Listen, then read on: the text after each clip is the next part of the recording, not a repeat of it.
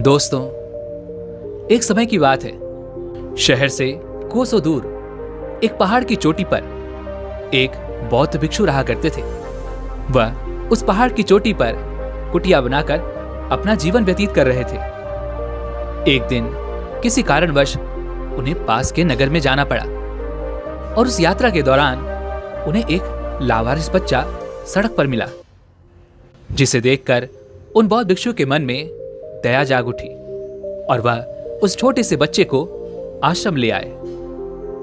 अब वह छोटा सा बच्चा उन बौद्ध भिक्षु की देखरेख में बढ़ने लगा। वह प्रकृति की गोद में पलने लगा। देखते ही देखते समय बीतने लगा और अब वह लड़का करीब 7 साल का हो चुका था।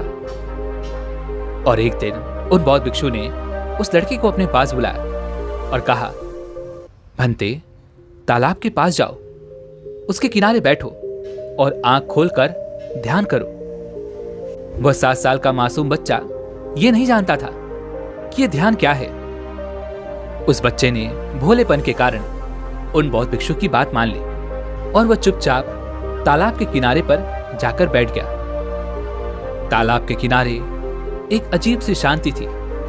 उस शांति में वह बच्चा कभी आसपास की झाड़ियों की तरफ देखता तो कभी उन पर लगे फूलों, उनकी पत्तियों, नदी में बहने वाले जल और आसपास के पत्थरों को बहुत ध्यानपूर्वक देखता, जिससे उसके मन को अजीब सी शांति मिलती, जिससे वह लड़का बहुत अच्छा महसूस करता। अब से वह हर रोज ठीक उसी समय तालाब के किनारे आकर बैठ जाता और आसपास की झाड़ियों की पत्तियों, फूलों और नदी में बहने वाले जल तथा वहां पर उपस्थित उन पत्थरों को ध्यान से देखता। धीरे धीरे उस मासूम बच्चे के भीतर चीजों को निरीक्षण करने की कला विकसित हो गई। उसका मन धीरे धीरे एकाग्र होने लगा। वह प्रकृति में होने वाली हर एक चीज को बड़ी गहराई से देखता और महसूस करता, जिससे उसका मन शांत हो जाता। और जब वो शांत होकर बैठता तो फूलों की कोमलता, पानी की शीतलता और पत्थर की दृढ़ता को अपने भीतर देखता और उसे महसूस करता। और देखते ही देखते उसकी आंखें अपने आप ही बंद हो जाती और वह उसी मुद्रा में काफी समय तक नदी के किनारे शांत बैठा रहता। और जब भी उसकी आंखें खुलती तो वह आश्रम वापस लौट जाता। ऐसे ही कुछ और साल बीते और देखते ही देखते वह लड़का भी अब जवान हो चुका था। लेकिन जैसे जैसे वह लड़का नौजवान हो रहा था, उसके भीतर से निरीक्षण करने की वह शक्ति खो चुकी थी। अब वह पहाड़ की चोटी पर बैठकर शहर की उस टिमटिमाती रोशनी को देखता, जो उसे पल पल आकर्षित करती थी। अब वह चाहकर भी शांत होकर बैठ नहीं पाता था। उसका मन तो पल पल उस शहर की ओर भागता था। देखते ही देखते वह लड़का 18 साल का नौजवान युवक बन गया और अब उसका मन बहुत बेचैन रहने लगा था। उसे पर्वत की शांति अब व्यर्थ लगने लगी थी। उसमें उसे कोई भी रस नहीं आता था। वह तो अब दुनिया घूमना चाहता था, दुनिया देखना चाहता था। वह जानना चाहता था कि बाहर के लोग कैसे हैं, वे लोग कैसे रहते हैं। वह नए लोगों से मिलना चाहता था, उनसे बातें करना चाहता था, उनका रहन सहन देखना चाहता था। एक दिन उसने हिम्मत करके उन बौद्ध भिक्षु से कहा, पिताजी, मुझे ये दुनिया देखनी है। आखिर मैं कब तक इन पहाड़ियों में घूमता रहूंगा? उस शहर की दुनिया यहां से देखने में कितनी हसीन लगती है। मैं भी वहां जाना चाहता हूं, वहां के लोगों से मिलना चाहता हूं, वहां के लोगों से बात करना चाहता हूं। उन बौद्ध भिक्षु ने उस लड़के की सारी बातें ध्यानपूर्वक सुनी, लेकिन उन्होंने उस लड़के की बात का कोई जवाब नहीं दिया, क्योंकि वो जानते थे कि जो भी इंसान के पास नहीं होता वह उसी के पीछे आकर्षित होता है, और जो उसके पास होता है इंसान उसकी कदर नहीं करता। इसलिए उन्होंने उस लड़के को समझाने की भी कोशिश नहीं की, बल्कि वह चुपचाप केवल उस लड़के की सारी बातें सुनते रहे। उधर दूसरी तरफ वह लड़का उन बौद्ध भिक्षु के कुछ कहने का इंतजार कर रहा था, किंतु जब उन बौद्ध भिक्षु ने कुछ भी नहीं कहा तो वह चुपचाप वहां से चला गया। अगले दिन सुबह सुबह उन बौद्ध भिक्षु ने खुद ही उस लड़की को अपने पास बुलाया और उस लड़के के हाथ में एक पत्र देते हुए कहा, बेटा, तुम शहर जाना चाहते हो ना? जाओ, वहां का राजा मेरा बहुत अच्छा मित्र है, तुम उसे ये पत्र दे देना और जब तक तुम्हारा मन करे तुम उस राजा के पास ही रहना। वह राजा उन बौद्ध भिक्षु से शिक्षा ग्रहण कर चुका था और वह बौद्ध भिक्षु ये अच्छी तरह जानते थे कि वह राजा महल में रहने वाला एक सन्यासी है, वह बहुत आत्मज्ञानी है। किंतु उन बौद्ध भिक्षु ने उस लड़के को राजा के बारे में कुछ भी नहीं बताया। लड़के को शहर जाने की अनुमति मिल चुकी थी और इस बात से वह लड़का अब बहुत खुश था। वह मन ही मन बहुत प्रसन्न था। उसने तुरंत ही अपना सामान बांधा और शहर की ओर निकल पड़ा। जब वो रास्ते में कुछ दूर आगे बढ़ा तभी अचानक उसके मन में एक विचार उत्पन्न हुआ। वह यह सोचने लगा, आखिर उन बौद्ध भिक्षु ने मुझे इतनी आसानी से क्यों जाने दिया? जैसे ही उसके मन में यह विचार उत्पन्न हुआ, वह बड़ा आश्चर्यचकित हुआ कि आज तक तो उन बौद्ध भिक्षु ने मुझे कहीं पर भी जाने नहीं दिया था, लेकिन आज उस राजा के पास उन्होंने मुझे इतनी आसानी से क्यों भेज दिया? जैसे ही उसके मन में विचार आया, वह लड़का तुरंत ही रुक गया और उसने उन बौद्ध भिक्षु के द्वारा दिया गया वह पत्र निकाला। उस पत्र को खोला तो उसमें केवल 3 ही शब्द लिखे थे और वह थे, केवल दिशा दिखाओ। लड़के ने जब वह पत्र पढ़ा तो उसे कुछ भी समझ नहीं आया और ना ही उसने उन 3 शब्दों पर गौर किया। उसने ज्यादा सोचा नहीं और वह शहर की ओर आगे बढ़ने लगा। शहर पहुंचकर लड़के ने राजा को पत्र थमा दिया।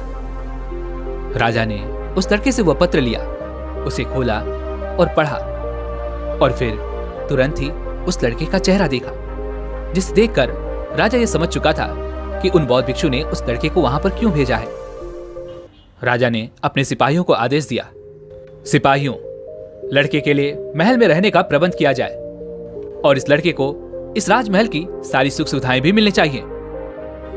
उसके बाद वह राजा उस लड़के से कहता है, बेटा, तुम्हारा यहां पर एक ही काम है, तुम्हें बस खुश रहना है। लड़का राजा की यह बात सुनकर बहुत प्रसन्न था कि उसे यहां पर कोई भी काम नहीं करना, बस उसे यहां पर आराम से अपना जीवन व्यतीत करना है। उस लड़के को राजमहल में वो सारी सुख सुविधाएं मिलने लगी जो राजा को मिला करती थी। ना तो उसे कोई काम करना पड़ता था और ना ही किसी प्रकार की कोई चिंता थी। वह लड़का राजमहल में बहुत खुश था और उसके पास अब समय ही समय था और अपने खाली समय में वो शहर में घूमा करता, लोगों से मिलता, लोगों से बातें किया करता। यहां तक कि उसने शहर में कई सारे लोगों से दोस्ती भी कर ली थी। राजमहल में रहकर उसने कई सारी किताबें भी पढ़ ली थी और ये सब करते हुए अभी उसे कुछ महीने ही गुजरे थे। लेकिन धीरे धीरे अब उस लड़के का मन इन सब से ऊबने लगा था। वह यह महसूस करने लगा था कि उसका मन हमेशा कुछ नया चाहता है, लेकिन जब कुछ नया मिल जाता है तो यह मन संतुष्ट नहीं हो पाता, अर्थात हमारा मन बेचैन ही रहता है। और जब लड़के को इन बातों का एहसास हुआ, जब उसने अपने जीवन में ये सारी चीजें महसूस की, तो उसके बाद वह दूसरों पर निरीक्षण करने लगा। वह हर सुबह महल के बगीचे में जाया करता। वह बगीचा बहुत ही सुंदर और बहुत ही मनमोहक था और यह बगीचा शहर का सबसे बड़ा बगीचा भी था और इस बगीचे में शहर का कोई भी व्यक्ति बिना किसी रुकावट के आ जा सकता था। वह लड़का अपना अधिकांश समय उस बगीचे में ही बिताया करता और वहां पर आने जाने वाले व्यक्तियों को वह ध्यान से देखता, उनका निरीक्षण करता। कुछ दिन निरीक्षण करने के बाद उसे यह पता चला कि लोगों के चेहरों पर हमेशा तनाव बना रहता है, चाहे वह कोई अमीर आदमी हो या फिर कोई गरीब, फिर चाहे वो कोई व्यापारी हो या कोई कर्मचारी। सभी के चेहरों को देखकर ऐसा प्रतीत होता था मानो लोगों का शरीर तो बगीचे में है, किंतु उनका मन कहीं और ही भटक रहा है। लोगों के मन में एक अजीब सा तनाव है। लोग किसी न किसी परेशानी में हैं, चिंतित हैं, जिस कारण वह इस समय और अभी यहां पर उपलब्ध नहीं है। हालांकि उनका शरीर यहीं पर है, किंतु उनका मन यहां नहीं। और बगीचे की सुंदरता, उसका आकर्षण भी लोगों के मन को शांत नहीं कर पा रहा था। उन लोगों को देखकर वह लड़का मन ही मन यह सोचता था कि ये लोग जिंदा तो हैं, पर जीना भूल गए हैं। केवल कुछ छोटे बच्चे ही हैं जो इस बगीचे में आकर सचमुच खुश होते हैं। यहाँ की खुशबू, यहाँ की हवा, यहाँ के आकर्षण को देखकर उनका मन ललाहित हो जाता है और वह खिलकर हंसते हैं। वह वर्तमान में जीना जानते हैं। उन सभी व्यापारियों, उन सभी सेठों को देखकर आज लड़के के मन में तरह तरह के विचार उत्पन्न हो रहे थे। वह यह सोच रहा था, मुझे तो लगता था कि शहर में उन्नति करने वाले बड़े घर के लोग हमेशा खुश रहते होंगे, उन्हें किसी बात की कोई चिंता नहीं होती होगी। लेकिन आज यहां पर आने के बाद यहां का नजारा तो कुछ और ही है। उस लड़के को अब यह एहसास हो चुका था कि बाहरी सुख सुविधाओं से केवल शरीर को आराम मिलता है, किंतु हमारा मन बाहरी चीजों से केवल भटकता है और भटकाव से हमारा मन थकता है। हम चाहे कितने भी ऐशो आराम में क्यों न रहें, चाहे कितने भी आकर्षण के केंद्र में क्यों न रहें, हमारे मन को कभी असली आराम और असली खुशी नहीं मिल पाती। खुश रहने की बात तो दूर है, लोगों की बेचैनी देखकर, लोगों के चेहरे पर इस प्रकार का तनाव, चिंता और परेशानियां देखकर लड़के का मन और भी बेचैन होने लगा था। वो उनके बारे में सोच सोचकर और भी ज्यादा चिंतित होने लगा था। इस दौरान उसके मन में कई बार आश्रम वापस लौट जाने की ख्याल भी उठते थे। लेकिन तभी उसके मन में एक और विचार उत्पन्न होता कि मैं राजा से क्या कहूंगा, और राजा से कुछ भी कहने की उसकी हिम्मत ना होती। एक दिन वह लड़का चिंतित अवस्था में एकांत में उस बगीचे में बैठा हुआ था और तभी अचानक वहां पर वह राजा भी उसी बगीचे में टहलने आए। राजा ने जब उस लड़के को एकांत में बैठे देखा तो वह समझ चुके थे कि लड़के के मन में कुछ बातें चल रही हैं। वह राजा उस लड़के के पास आया और उस लड़के से इस तरह बैठे रहने का कारण पूछा। इस पर वह लड़का उस राजा को जवाब देते हुए कहता है, हे राजन, मैं जितना खुश रहने की कोशिश करता हूं, मैं उतना ही परेशान होता जा रहा हूं। यहां शहर में लोगों के पास सब कुछ है, पैसा है, अच्छा घर है, खाने के लिए तरह तरह के पकवान हैं, लेकिन मन की शांति नहीं है। मैंने कई लोगों को देखा, फिर चाहे वो धनवान हो या कोई गरीब, कोई व्यापारी हो या फिर कोई कर्मचारी, सभी के चेहरे उतरे हुए हैं। सभी के चेहरे पर एक अजीब सा तनाव है, चिंता है, परेशानी है। केवल यहाँ पर कुछ बच्चे ही हैं जो सही मायने में प्रसन्न रहते हैं, खुश रहते हैं, हमेशा हंसते खेलते रहते हैं। किंतु जैसे जैसे हम बड़े होते हैं, वैसे वैसे हम भविष्य और भूतकाल में जीना सीख जाते हैं। हम हमेशा अपने भविष्य को सुधारने में लग जाते हैं। हे राजन, क्या यही जीवन का सच है? अगर शहर का जीवन ऐसा ही है तो मैं यहां नहीं रहना चाहता, इसलिए मैं आपसे आज्ञा चाहता हूं। मैं वापस आश्रम लौट जाना चाहता हूं। राजा ने उस लड़के की सारी बातें ध्यानपूर्वक सुनी और फिर वह उस लड़के से कहते हैं, बेटा, तुम जाना चाहते हो तो तुम कभी भी जा सकते हो, तुम्हें किसी ने रोक नहीं रखा। लेकिन जाने से पहले तुम 2 काम अवश्य करना। इतना कहकर वह राजा उस लड़के से पहला काम बताते हुए कहता है, तुम इस बगीचे का निरीक्षण करो। आगे वह राजा उस लड़के को समझाते हुए कहता है, बेटा, जैसा कि तुमने कहा, इस नगर में कुछ लड़के ही हैं जो हमेशा खुश रहते हैं, हंसते खेलते रहते हैं और वह वर्तमान में जीना भी जानते हैं। तो तुम क्यों ना उन बच्चों की तरह ही इस बगीचे को भी देखो।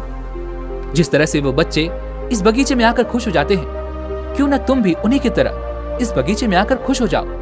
यहाँ की हर एक चीज को वो जैसे देखते हैं, तुम भी उसे वैसे ही क्यों नहीं देखते। इस पर वो लड़का राजा से कहता है, परंतु हे राजन, वो कैसे होगा?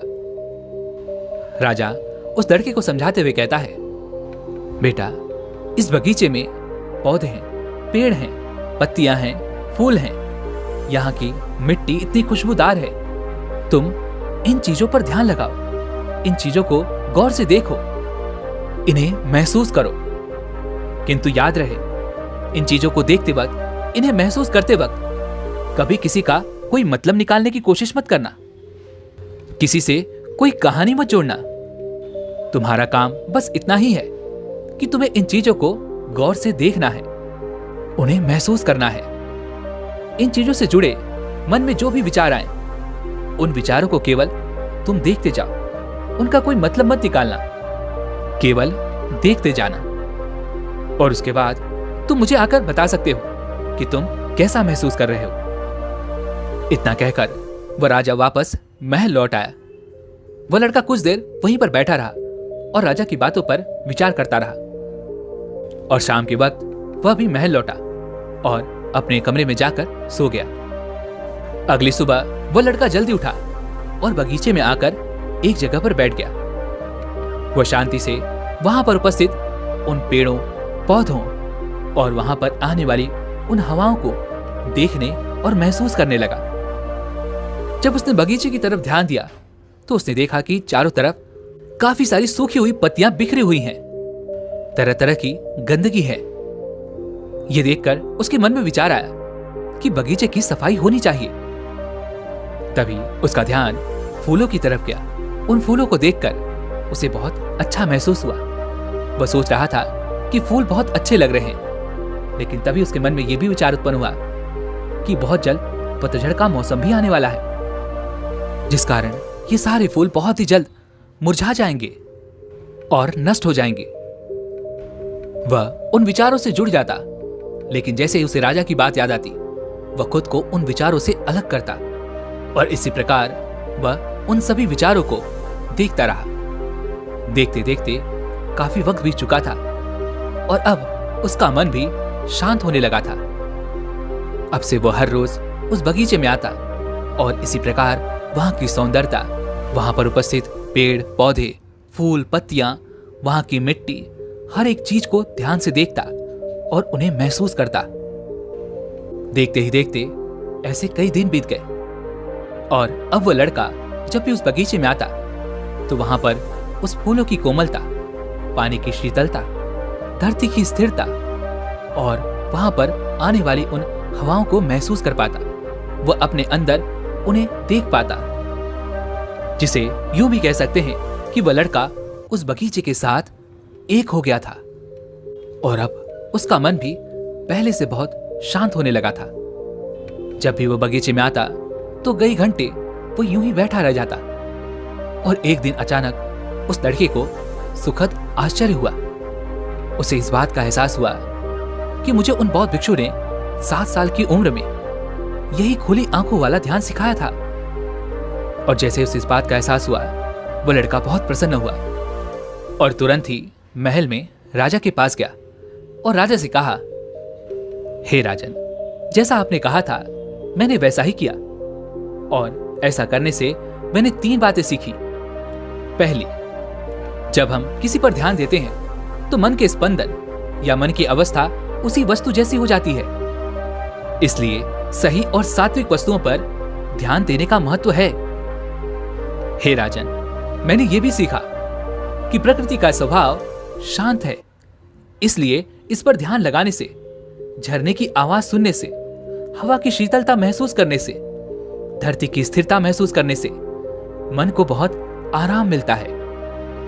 हे राजन, मैंने यह भी सीखा कि जब हम दुखी होते हैं तब हम और ज्यादा मुसीबत या रुकावटों पर ध्यान देते हैं, जिस कारण हम और ज्यादा परेशान होने लगते हैं, चिंतित होने लगते हैं और इस परेशानी में हमारा दृष्टिकोण और नकारात्मक भी हो जाता है। हमारे मन में नकारात्मक विचार आते हैं, नकारात्मक बातें उत्पन्न होती हैं। किंतु यदि हमें इस दुख से बाहर निकलना है, यदि हमें उस परिस्थिति से बाहर निकलना है, तो हमें अपना ध्यान नकारात्मक बातों से हटाकर, अर्थात उन परेशानियों से हटाकर अच्छी चीजों की ओर ले जाना चाहिए, जो स्वभाव से शांत हो, जिससे हमारे मन को ऊर्जा मिलती है। हमारा मन एक बार फिर ऊर्जा से भर जाता है।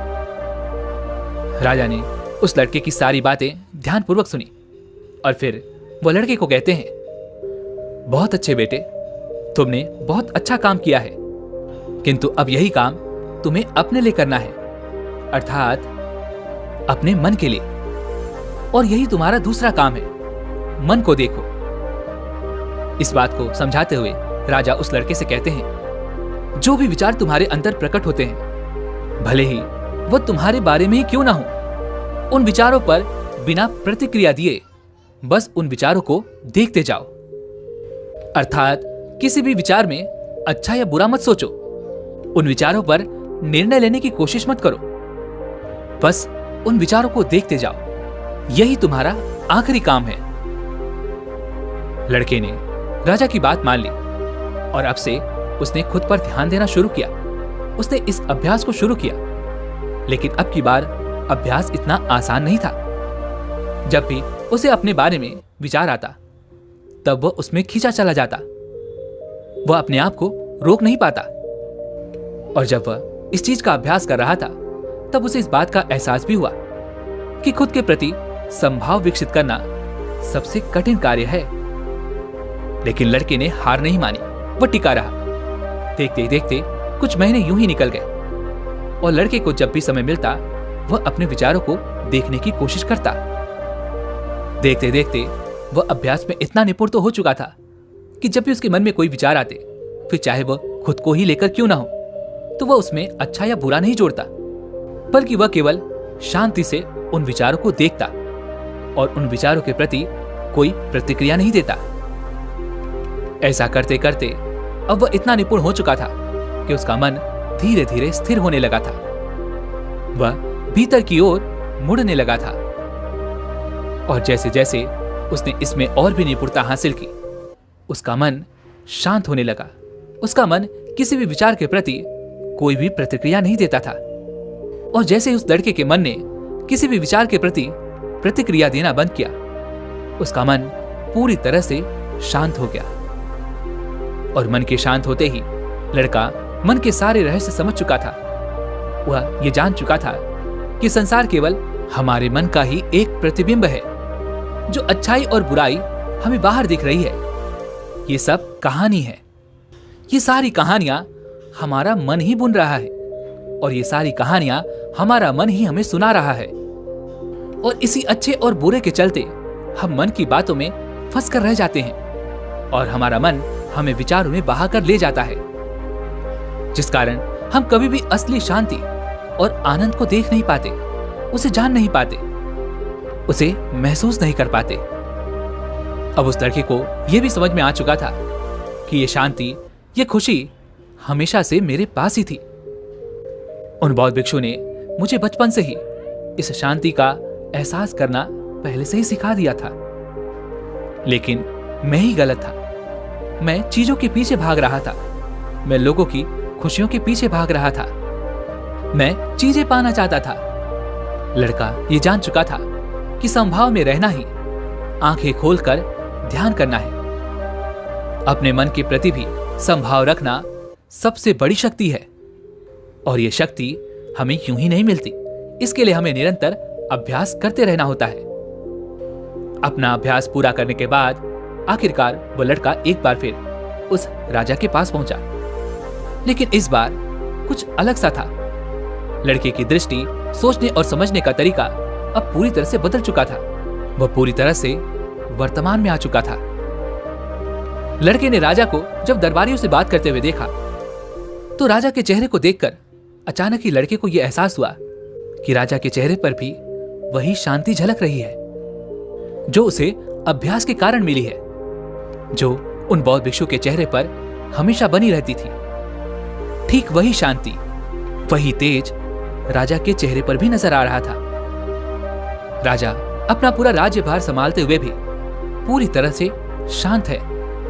यह देखकर लड़के के मन में विचार उत्पन्न हुआ और वह यह सोचने लगा कि आज तक मैं ये सब कुछ पहले क्यों नहीं देख पाया। जैसे उसके मन में यह विचार उत्पन्न हुआ, उसे उसके प्रश्न का उत्तर भी स्वयं से ही मिल गया।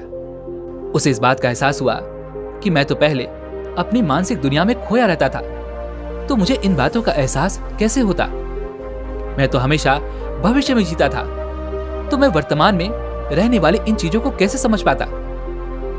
और ठीक उसी वक्त लड़के को उस पत्र में लिखे हुए वो 3 शब्द भी याद आए जो उसे उन बौद्ध भिक्षु ने दिए थे, केवल दिशा दिखाओ। उन तीनों शब्दों का अर्थ क्या था, अब उस लड़के को अच्छी तरह समझ में आ चुका था। लड़के ने उस आत्मज्ञानी राजा को प्रणाम किया और उनसे आज्ञा लेकर वो वापस अपने आश्रम लौट आया। दोस्तों, ये कहानी हमें दो बहुत ही महत्वपूर्ण बातें सिखाती है। पहला ये कि हमें अपने भीतर मुड़ना जरूरी है। बाहर के जो भटकाव है जिससे हमारा मन थकता है, सुस्त होकर हमें नींद भी आ जाती है, लेकिन इससे हमारा मन कभी शांत नहीं हो पाता, हमारे मन को कभी चैन नहीं मिलता, जिस कारण हमारे चेहरे पर हमेशा तनाव, चिंता और परेशानी झलकती रहती है। और इसी कारण हम में से अधिकांश लोग हमेशा परेशान रहते हैं, तकलीफों से घिरे रहते हैं, क्योंकि वह समस्याओं का समाधान निकाल नहीं पाते। और इसका कारण है क्योंकि हमारा मन शांत नहीं होता। जब भी हमारा मन शांत नहीं होता तो वह किसी एक समस्या पर, अर्थात एक समस्या के समाधान पर ध्यान केंद्रित ही नहीं कर पाता। और जब तक हम एक समस्या के समाधान पर ध्यान केंद्रित नहीं कर पाएंगे, तब तक हम किसी भी समस्या का समाधान कर ही नहीं सकते।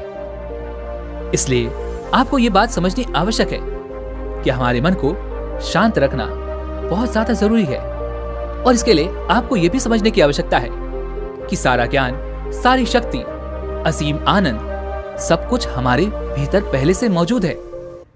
इसलिए सबसे पहले हमें अंदर मुड़ने की आवश्यकता है, क्योंकि जब तक हम भीतर के आनंद को नहीं देखेंगे, उसे महसूस नहीं करेंगे, तब तक इस बाहरी दुनिया में हमें कभी भी वो असीम आनंद प्राप्त नहीं हो पाएगा, ना ही हम उसे कभी महसूस कर पाएंगे।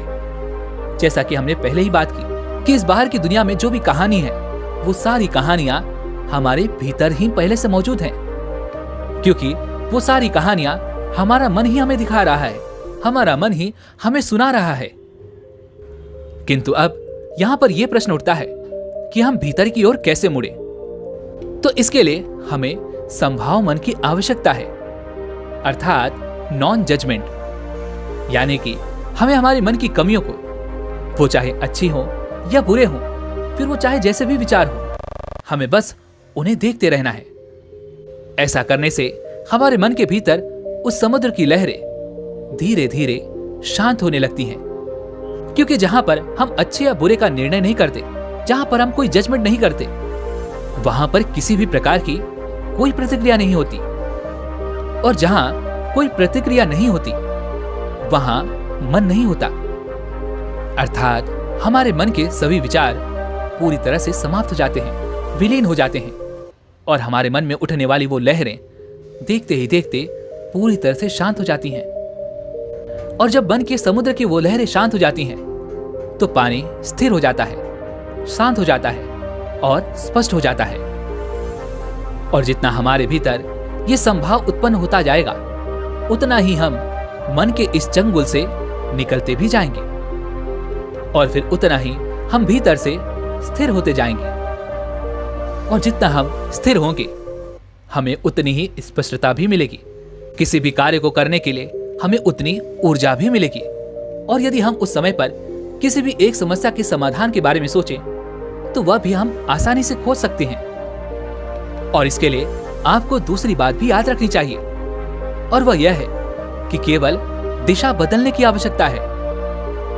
अर्थात जब भी हमारे जीवन में कोई परेशानी आती है, तब आप जरा इस बात पर ध्यान दीजिएगा कि उस वक्त हमारा मन सबसे ज्यादा बेचैन होता है, और उसी वक्त हमारे मन की समुद्र की लहरें उफान पर होती हैं, और उस वक्त हमें कुछ भी समझ नहीं आता, क्योंकि मन के समुद्र का वह पानी पूरी तरह से अशांत है।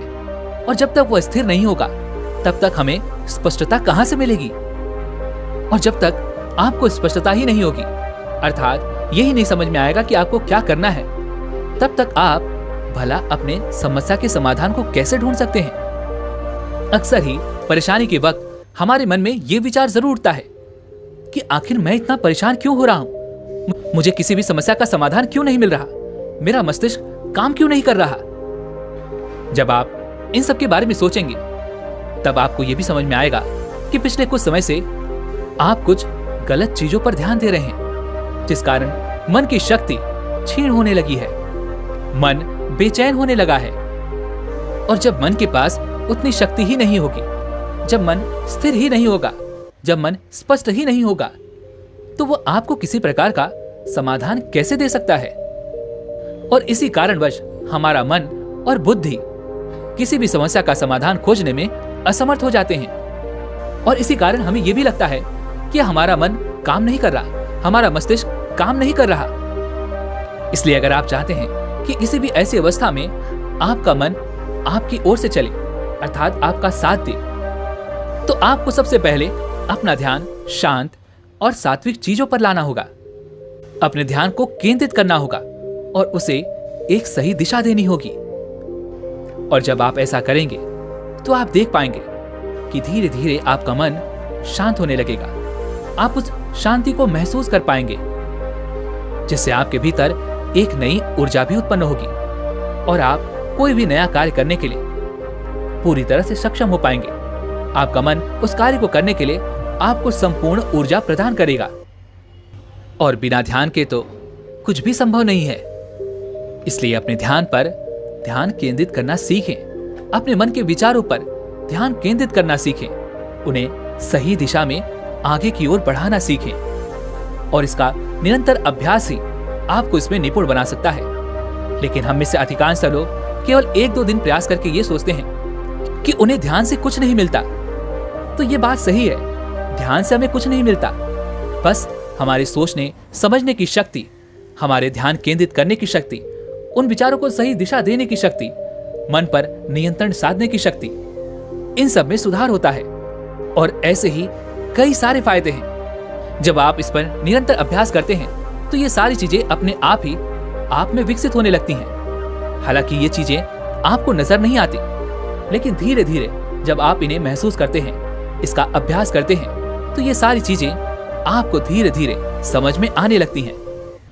और हाँ, एक बात और ध्यान रखिएगा, ऐसा नहीं है कि यदि आपने 1 महीने लगातार ध्यान किया और उसके बाद आपके अंदर ये सारी क्षमताएं आ जाएंगी, तो ऐसा होना संभव ही है और नहीं भी, क्योंकि ये आपकी ध्यान शक्ति पर निर्भर करता है कि आपने वह ध्यान किस प्रकार लगा है, आपका ध्यान कितना गहरा हुआ है। क्योंकि शुरुआत में तो हमें कई सारी दिक्कतों का सामना करना ही पड़ता है। जब शुरुआत में हम ध्यान करने बैठते हैं तो हम अधिकांशतः लंबे समय तक बैठ नहीं पाते, और ऐसी अवस्था में हमारा मन भी स्थिर नहीं रहता। हमारे मन में तरह तरह के विचार चलते ही रहते हैं। लेकिन यदि आप उन विचारों को शांत करना चाहते हैं, उन्हें स्थिर करना चाहते हैं, तो आपको ध्यान में निपुणता हासिल करनी होगी। तभी आप अपने मन को केंद्रित कर पाएंगे, उसे एक सही दिशा दे पाएंगे।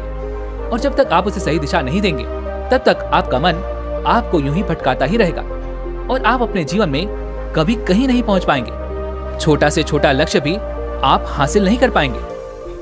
यदि आप अपने जीवन में कोई लक्ष्य हासिल करना चाहते हैं, तो इसके लिए आपको ध्यान करना चाहिए, क्योंकि ध्यान करने से ही आपके भीतर वो शक्ति, वो क्षमताएं उत्पन्न होंगी और आप अपने जीवन में चाहे कैसा भी लक्ष्य क्यों ना हो, उसे हासिल करने में सक्षम हो पाएंगे। यदि आप अपने मन को एकाग्र करना चाहते हैं, तो आपको ये विधियां अपनानी ही होंगी। दोस्तों, महात्मा बुद्ध कहते हैं, सबसे अंधेरी रात अज्ञानता की रात होती है। ये ऐसी रात है जो कभी नहीं गुजरती, और इस अंधेरी रात में आप चाहकर भी कुछ नहीं देख पाते। सामान्य रातों में तो हम उजाले का प्रबंध कर भी लेते हैं, लेकिन अज्ञानता की रात में हमें उजाला अपना शत्रु नजर आता है और अज्ञान हमें अंधेरे की ओर ले जाता है। इसलिए अंधेरा हमारा मित्र बन जाता है और वहीं पर ज्ञान अर्थात प्रकाश हमें उजाले की ओर ले जाता है, हमें सही राह दिखाता है और हमें जीना सिखाता है। लेकिन आजकल की विडंबना ही यही है कि हम में से हर कोई अपने आप को ज्ञानी और महाज्ञानी समझने लगा है और सामने वाले हमें मूर्ख नजर आते हैं। इसलिए वे सभी लोग दूसरों का मजाक उड़ाने और उन्हें परेशान करने से कभी पीछे नहीं हटते, जबकि वे लोग ये भूल चुके हैं कि इस दुनिया में सभी लोग जिम्मेदारियों के नीचे दबे हुए हैं। सबके ऊपर कुछ न कुछ जिम्मेदारियां हैं। सबके कंधे पर कोई न कोई ऐसी जिम्मेदारी अवश्य है जिसे निभाने में वो अपना पूरा जीवन लगा देता है। और ये सभी जिम्मेदारियां हमारे बचपन से ही शुरू हो जाती हैं। क्या आप किसी ऐसे आदमी से कभी मिले हैं जो अपनी जिम्मेदारियों से मुक्त हो चुका हो? नहीं ना, क्योंकि इस दुनिया में ऐसा कोई नहीं है जिसके सर पर जिम्मेदारियां ना हो। भले ही कोई ऐसा व्यक्ति हो जिसे केवल अपना पेट ही भरने की जिम्मेदारी हो, लेकिन उसके सर पर जिम्मेदारियां हमेशा बनी रहती हैं। लेकिन हम इसी भ्रम में अपना पूरा जीवन बिता देते हैं। हम ये सोचते हैं कि बस इस जिम्मेदारी से मुक्त हो जाऊं तो मैं अपना जीवन शांति से बिताऊंगा, मैं अपना जीवन खुशहाली से बिताऊंगा। लेकिन मेरा आप सभी से एक प्रश्न है, क्या आपके जीवन में अब तक ऐसा कोई भी समय आया है कि आप उस जिम्मेदारी से मुक्त हो सके हैं?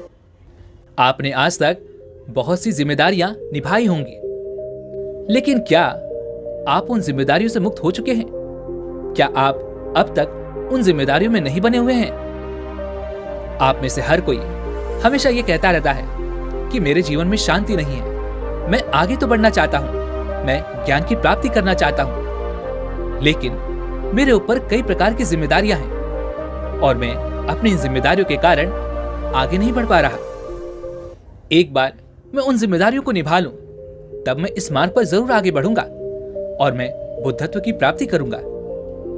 और मैं बार बार आप लोगों से बस इतना ही कहता हूं कि ये जिम्मेदारियां आपका पीछा कभी नहीं छोड़ने वाली। जिस समय के इंतजार में आप अब तक जी रहे हैं, वो समय आपके हाथों में ही है और वो आपके हाथों से फिसलता जा रहा है, लेकिन आप उसे यूं ही व्यर्थ गंवा रहे हैं। मेरा आप सभी से एक प्रश्न है, क्या आपने इतने दिनों में कभी भी अपने लिए केवल 5 मिनट अपने लिए निकाले हैं?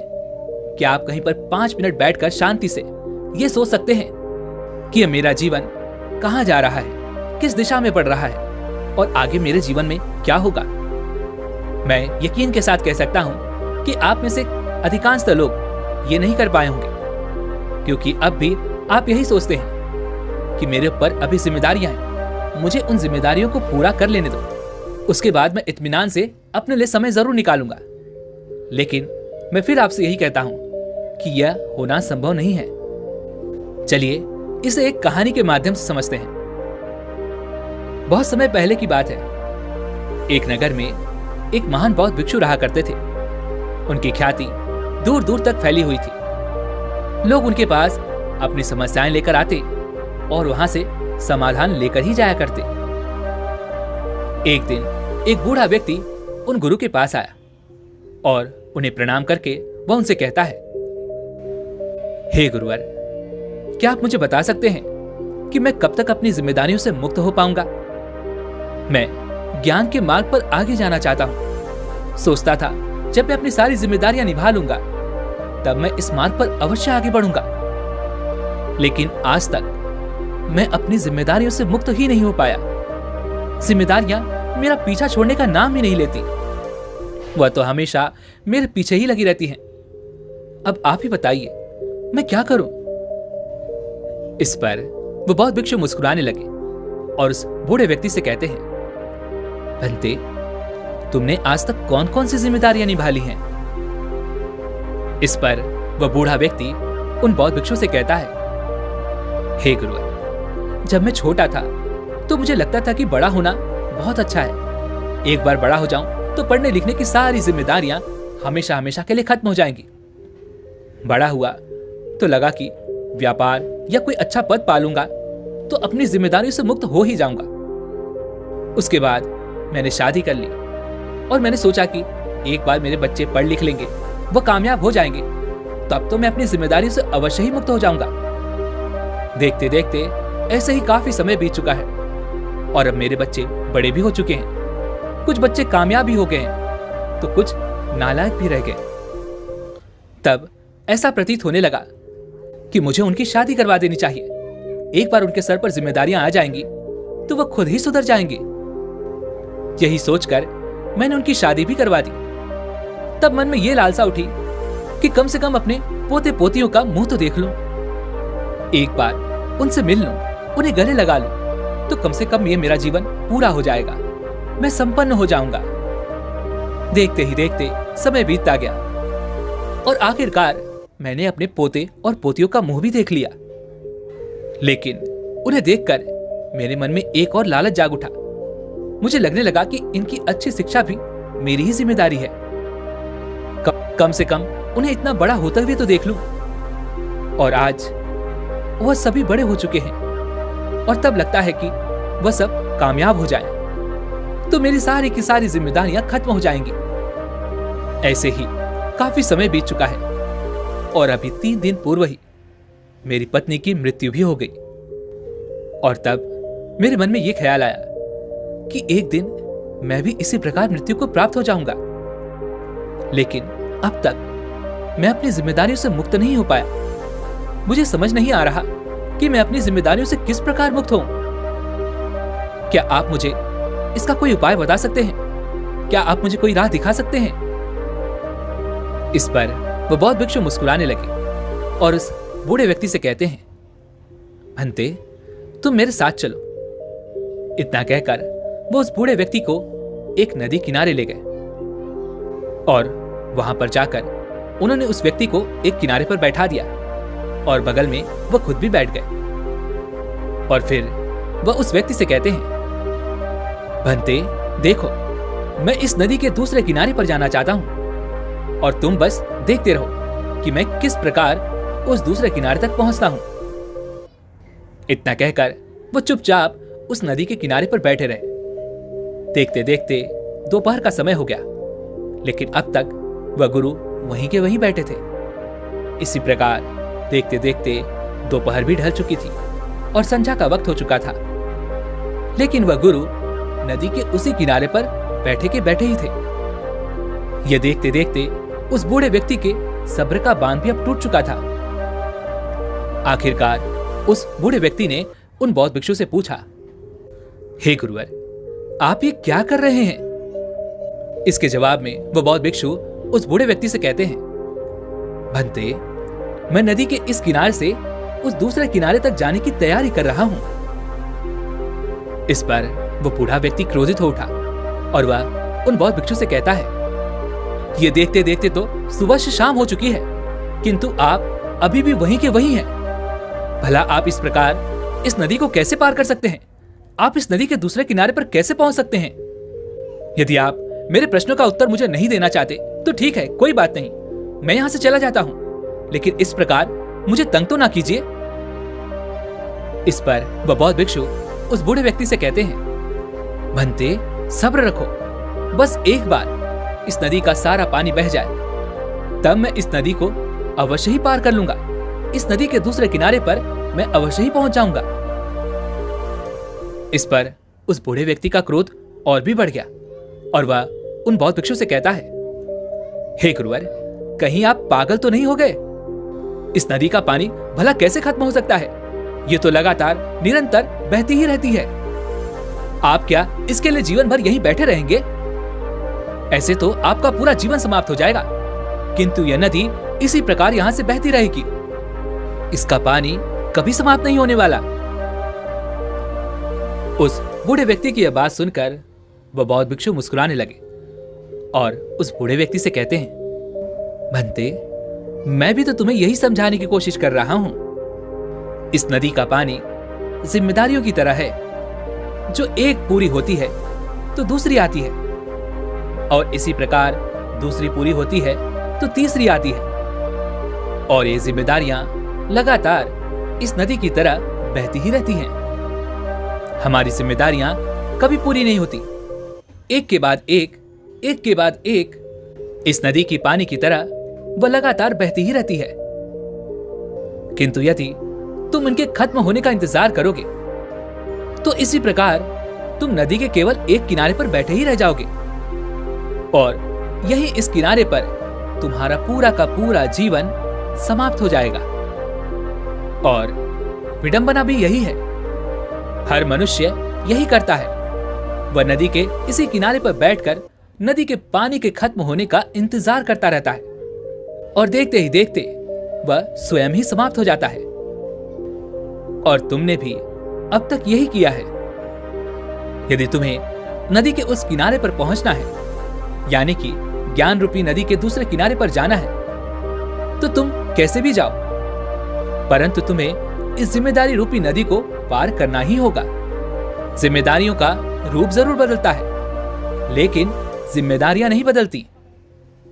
जिस प्रकार एक सामान्य मनुष्य के जीवन में तरह तरह की जिम्मेदारियां होती हैं, ठीक उसी प्रकार एक बुद्धत्व प्राप्त व्यक्ति की भी अनेक प्रकार की जिम्मेदारियां होती हैं कि वह अपने ज्ञान से इस संसार को परिचित कराए ताकि दूसरे सभी लोग उस मार्ग पर जा सके, उन्हें सही राह मिल सके और वे सभी अपने अंधकार से बाहर आ सके। लेकिन हम सामान्य मनुष्य जो इस किनारे पर बैठकर अपनी जिम्मेदारियों के खत्म होने का इंतजार करते रहते हैं, वह कभी उस दूसरे किनारे तक पहुंच नहीं पाते। जबकि एक बुद्धत्व प्राप्त व्यक्ति जो नदी के दूसरे किनारे पर है, वह अपनी जिम्मेदारियां स्वतंत्र होकर निभाते हैं और वह किसी जिम्मेदारी के बोझ के नीचे दबे नहीं होते। वह स्वतंत्र रूप से अपना कर्म करते रहते हैं। आगे वह बौद्ध भिक्षु उस बूढ़े व्यक्ति से कहते हैं, बंते, हम मनुष्य कभी भी अपनी जिम्मेदारियों से मुक्त नहीं हो सकते। जब तक हमारा ये जीवन है, तब तक हमें कर्म तो करना ही होगा। तब तक हमारे सर पर जिम्मेदारियां तो होंगी ही, भले ही वह अपना रूप बदल लें, लेकिन जिम्मेदारियां तो अवश्य ही रहेंगी। इसलिए तुम अपने जीवन काल में तो इनसे मुक्त नहीं हो सकते। चाहे स्वयं का पेट भरने की जिम्मेदारी क्यों ना हो, किंतु तुम्हें उसे निभाना ही पड़ेगा।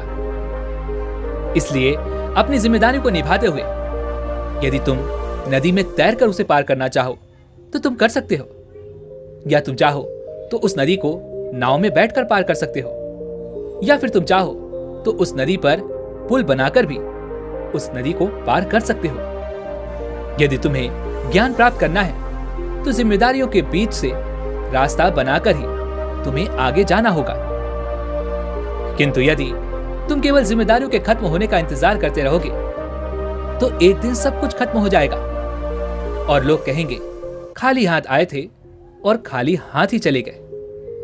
इसलिए अपने कर्तव्य से पीछे मत हटो और साथ ही यदि तुम्हें कुछ पाना है, अर्थात यदि तुम्हें ज्ञान पाना है, तो तुम्हें इस नदी को पार करना ही होगा। इतना कहकर वो बौद्ध भिक्षु शांत हो गया और वह बूढ़ा व्यक्ति अब ये समझ चुका था कि उसने अब तक क्या गलती की थी। उसने उन गुरु को प्रणाम किया और उन बौद्ध भिक्षु से कहता है, हे गुरुवर, मैं आपकी बात अच्छी तरह से समझ चुका हूं। आप सही कहते हैं, मैंने अपना सारा जीवन केवल नदी के इस किनारे पर ही बिता दिया।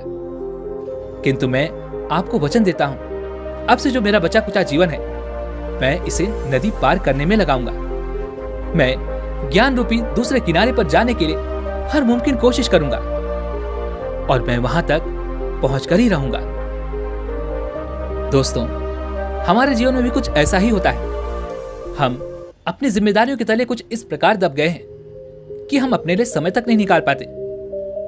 लेकिन आपको ये सोचना चाहिए, आपको एक पल के लिए ये विचार करना चाहिए कि यदि आप अपने लिए समय नहीं निकालेंगे तो आप कभी ये नहीं सोच पाएंगे कि आपका जीवन कहां जा रहा है, किस दिशा में बढ़ रहा है। और यदि आप ये सोचने और विचारने में सक्षम नहीं होंगे तो आप भी उस नदी की तरह केवल एक दिशा में बहते ही चले जाएंगे। आप कभी नहीं समझ पाएंगे कि आपने अपने जीवन में क्या कुछ हासिल किया और क्या कुछ खोया। किंतु यदि आप एक बार के लिए, एक पल के लिए किसी भी मोड़ पर ठहर कर यह सोचिए कि आपने आज तक क्या पाया और क्या खोया और आगे आपको क्या पाना है, तो अवश्य ही आप अपने जीवन को एक सही दिशा दे पाएंगे। अन्यथा आपका भी जीवन नदी के केवल एक किनारे पर ही रह जाएगा और आप वहां से लोगों को आते जाते देखते रह जाएंगे, लेकिन आप कुछ कर नहीं पाएंगे। इसलिए मैं आप सभी से विनती करता हूं कि केवल 5 मिनट के लिए ही सही दिन में एक बार आप अपने लिए समय जरूर निकालें और अपने आप से सवाल करें कि आखिर आप क्या चाहते हैं, आप अपने जीवन को किस प्रकार बनाना चाहते हैं। मुझे उम्मीद है कि आपको आपके प्रश्नों के जवाब जरूर मिलेंगे। वैसे उम्मीद है कि आपने आज की इस वीडियो से जरूर कुछ न कुछ सीखा होगा, तो इस वीडियो को लाइक और अपने दोस्तों के साथ शेयर भी जरूर कीजिएगा और हमें ऐसे ही सपोर्ट करने के लिए चैनल को सब्सक्राइब और घंटी बटन को जरूर दबा दीजिएगा। चलिए मिलते हैं अगली वीडियो में, तब तक के लिए अपना ख्याल रखें। धन्यवाद।